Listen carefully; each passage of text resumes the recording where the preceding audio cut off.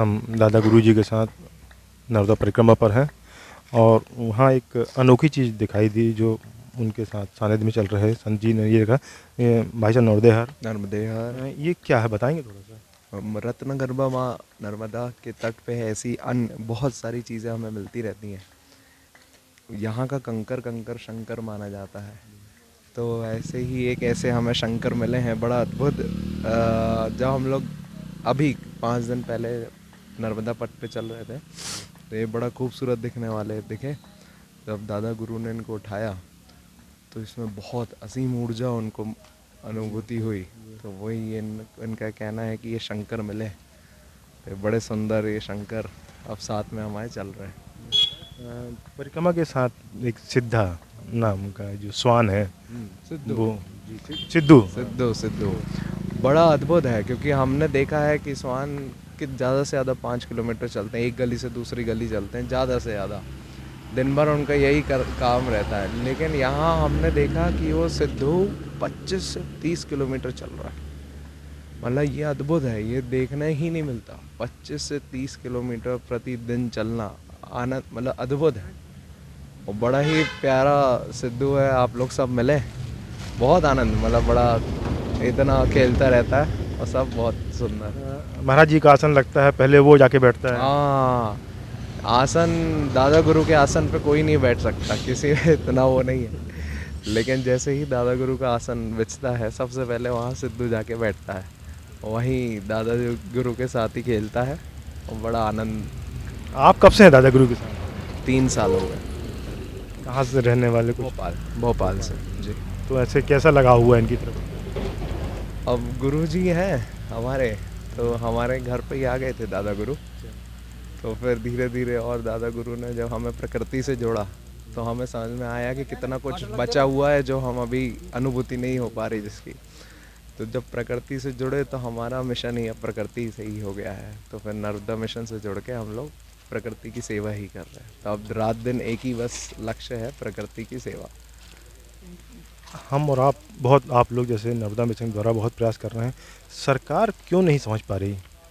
ये basically mindset है। धीरे धीरे हमें जो समझ में आया, इतना दिन से हम लोग जन जागृति कर रहे हैं, रात दिन गांव नगर में घूम रहे हैं, हमें समझ में आया कि दादा गुरु जो चाह रहे हैं वो एक कंप्लीट माइंडसेट चेंज करने की बात कर रहे हैं। अभी तक हम लोग जो सोच रहे थे, जो हम लोग के तरीके हैं, जीने का तरीका है, वो सब अब हमें चेंज करना पड़ेगा। अब जब चेंज की बात आती है तो उसको टाइम लगता है। और पहले अब हमें जो समझ में आया है कि पहले जन को चेंज होना पड़ेगा, तब हमारे अकॉर्डिंग वो सरकार चेंज होगी, क्योंकि सरकार हमारी है, सरकार हम सिलेक्ट करते हैं। तो पहले हमें चेंज लाना पड़ेगा। हम कैसा चाह रहे हैं माँ को, प्रकृति को देखना, फिर वो सरकार हमारे अकॉर्डिंग ही करेगी। सरकार अलग से थोड़ी ना चल रही। इस पूरे परिवर्तन, जैसे आप यूथ हैं, युवा हैं, तो युवाओं का कितना योगदान पाते हैं आप? युवा ही सब कुछ करने वाले हैं। अभी जितना कुछ करना है और जितना झेलना भी है वो भी युवा ही को झेलना है।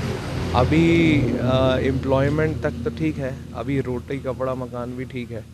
रोटी कपड़ा मकान पे भी संकट है अभी तो सब युवाओं पे। और अभी भारत देश में युवा ही सबसे ताकतवर है, और भारत देश को सबसे ताकतवर बनने के लिए ये युवाओं को ही शक्ति देनी पड़ेगी। तो रोटी कपड़ा मकान तो मिलना ही चाहिए। हमारी जो शक्ति है, हम लोग तब सुपर पावर भारत आगे आएगा तब जब युवा शक्ति में आएंगे।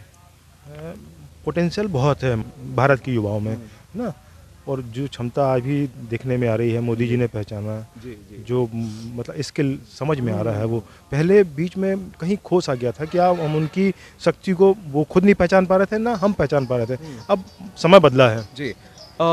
हमें जो समझ में आया कि प्रकृति से हम लोग जो दूर हो गए, दादा गुरु जो बताते हैं कि जब जैसे ही युवा या कोई प्रकृति के पास आएगा तो वो खुद ही शक्ति बन जाएगा, क्योंकि प्रकृति एक बहुत असीम शक्ति है। वही हम वही चाहते हैं कि जैसे जैसे अभी कोरोना काल चल रहा था, कोरोना काल में हम लोग ने रात दिन सेवा करी है। रात दिन मतलब आईसीयू के अंदर जा जा के सेवा करी है जबलपुर में।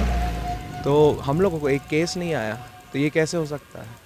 तो ये जो दादा गुरु बता रहे हैं कि प्रकृति से जुड़ना है, प्रकृति, और हम लोग जैसे प्रकृति से अलग हो गए वेस्टर्न वर्ल्ड के तरफ चले गए हैं, संस्कृति छोड़ के हमारी। तो जैसी हमने संस्कृति छोड़ी है वैसे ही हम लोग पूरे ही ख़त्म हो चुके हैं। हम मिट्टी से दूर होते जा रहे हैं, हम सूर्य से दूर होते जा रहे हैं, क्योंकि हमारा रहन सहन ऐसा हो गया। एसी में रहना, मिट्टी टाइल्स घरों में लग गई हैं, मिट्टी नहीं रह गई, रसोई में सूर्य की रोशनी नहीं पहुंच पा रही, ये एक बहुत बड़ा कारण है। वेस्टर्न हमारा जो संस्कृति थी, हमारा जो सनातन था, हमेशा से प्रकृति के लिए ही रहा है, प्रकृति के लिए हम लोग जिए और सारे हमारे जितने भी फेस्टिवल रहे सब प्रकृति केंद्रित ही रहे। लेकिन जैसे ही हमने वेस्टर्न वर्ल्ड, हमारी पूरी संस्कृति चली गई, हम वीक हो चुके हैं। हमें वापस ताकत में आने के लिए हमें सनातन पकड़ना ही पड़ेगा, क्योंकि वही हमारा मूल है। चलिए, आपने हमसे चर्चा की, बहुत धन्यवाद। नर्मदे। नर्मदे।